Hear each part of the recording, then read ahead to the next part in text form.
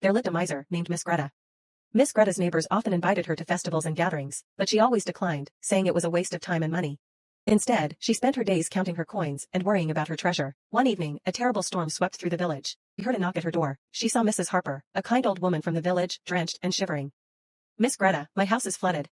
Can I take shelter here for the night?" Miss Greta frowned. She didn't like the idea of sharing her space or using her resources. Reluctantly, she allowed Mrs. Harper to come in. Miss Greta gave her a blanket but did not offer any food or drink, still wary of wasting her precious supplies. Mrs. Harper shared stories of her life. Miss Greta listened quietly. She began to see Mrs. Harper not as a burden but as a person who had faced many hardships with a kind heart. That evening, Miss Greta received another knock on her door. This time it was a group of villagers. They had come to check on her and to thank her for helping Mrs. Harper. Miss Greta was taken aback. No one had ever thanked her for anything before. She had been rich in coins, but poor in friendship and community.